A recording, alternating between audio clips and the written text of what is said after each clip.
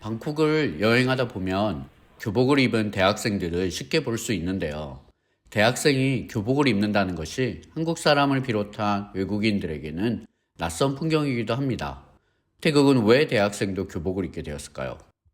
전 세계에서 대학생이 교복을 입는 5개 나라를 아시나요?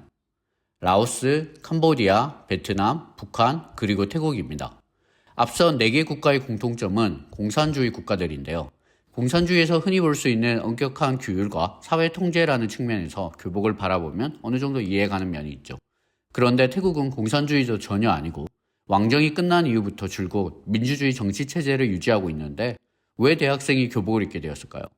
이 물음에 답을 찾아가기 위해 먼저 언제부터 교복을 입게 되었는지 알아봅시다.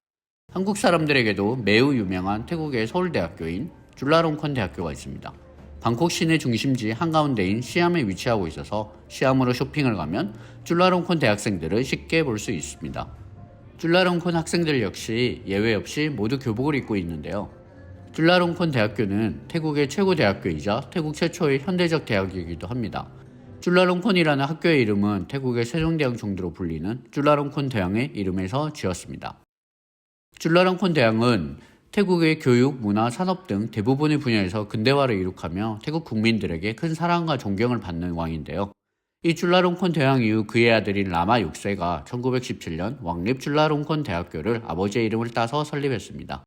당시 라마 6세는 교복은 학생들을 훈련시키고 학교 내 사회적 격차를 좁히는 역할을 한다라고 말을 하며 학교가 설립되었을 때부터 교복을 입게 하였다고 합니다. 그 뒤로 설립되었던 대학들 역시 자연스럽게 교복을 입게 되었습니다. 그럼 라마 6세는 왜 대학생에게도 교복을 입게 하였을까요? 당시 태국의 근대화 과정을 살펴보면 줄라롱콘 대왕 라마 6세로 이어지는 시기 1890년부터 1920년대까지가 근대화의 가장 큰 피크 지점이었습니다. 당시 태국도 절대 왕정에서 부분적으로 입헌 군주제를 채택한 근대적 왕정으로 전환하고 있었습니다. 그 당시 분락 가문을 중심으로 한 귀족 가문들에게 왕권을 위협받기도 했고요. 그래서 근대화 과정에서 사회 전체의 위계화를 제대로 수립할 필요를 느꼈고 사회 계층 구분을 시각적으로 확실하게 보여줄 수 있는 제복을 적극적으로 활용하게 되었습니다. 이런 부분의 일환으로 대학생 역시 교복을 입게 되는 영향을 받지 않았을까 생각합니다. 당시 대학까지 진학하는 건 엄청난 엘리트이자 금수저 그 자체였는데요. 현재도 태국의 진학률은 2020년도에 약 43%입니다. 그럼 100년 전에는 1%도 안 되지 않았을까요?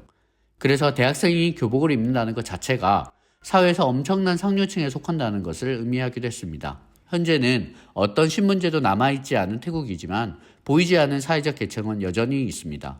왕족과 관련된 로얄 패밀리와 그들의 바로 밑에 자리 잡고 있는 흔히 말하는 하이소 계층입니다. 이처럼 태국 사회는 여전히 철저하게 신분 계층으로 나눠져 있고요. 사회의 위계를 유지하며 큰 빈부격차를 유지하고 있습니다. 그래서 이런 신분을 시각적으로 나누어주는 교복과 제복에 태국 사람들은 사실 큰 반감을 가지고 있지 않습니다. 실제로 2013년 태국의 여론조사 회사인 수온두시폴에 따르면 태국 대학생의 94%가 교복을 입는 것을 좋아한다고 답변했습니다. 또한 사회 전체적으로도 유니폼이나 제복에 대한 선호가 높은데요. 한때 매주 금요일은 왕가에 대한 존경과 충성을 보이는 노란색 옷을 입기도 했습니다. 또한 직장이나 아르바이트 장소 유니폼을 입고 출퇴근하는 모습도 사실 쉽게 볼 수 있는데요. 이처럼 태국 대학생의 교복은 특권층을 대표하는 하나의 징표로 시작하여 지금은 사회 전체에 자연스럽게 스며들어 있는 모습을 보여줍니다. 또 다른 이유로는 앞서 말했던 라마 6세의 말처럼 대학생을 주체적 성인이 아닌 훈육과 통제의 대상으로 여기기 때문인데요. 대학생이지만 초등학교, 중학교, 고등학생처럼 여전히 교복을 입어야 한다는 생각을 가지고 있습니다. 그리고 아직도 태국은 학생교복법 스튜던트 유니폼 액트이라는 것이 있어서 유니폼을 입는 것을 법적으로 엄격하게 규정하고 있습니다. 이는 태국의 근대화에서 한국처럼 일본의 영향을 받아왔고 일본 근대화의 대표적인 잔재인 교복도 남아있다고 할 수 있습니다. 재미있는 점은 태국 대학생들 스스로도 대학생은 아직 어른이 아니라 가르침이 필요한 학생으로 생각하는 부분이 많이 있습니다.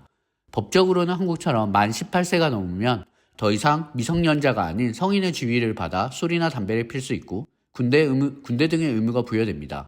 하지만 스스로를 정의하기를 아직 난 성인이 아니야 라고 생각하지 않는 경우가 많이 있습니다.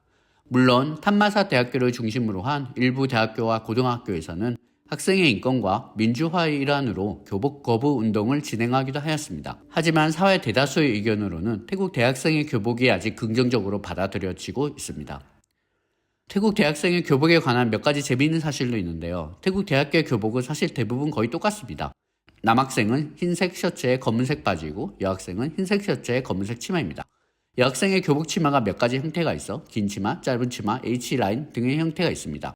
줄라롱콘 대학교의 여학생 치마만이 자주 색깔로 다른 색깔을 가지고 있습니다. 교복의 색깔과 형태는 똑같지만 벨트를 보면 바클에 학교 고유의 로고가 있습니다. 그리고 학교의 배지를 셔츠나 넥타이에 달아서 학교마다 차별성을 가지고 있는 것을 알 수 있습니다. 그럼 이런 교복은 어디에서 팔까요? 교복은 시장에서도 팔고 빅시에서도 팔고 사실 쉽게 살 수 있습니다. 가격도 매우 싸고요.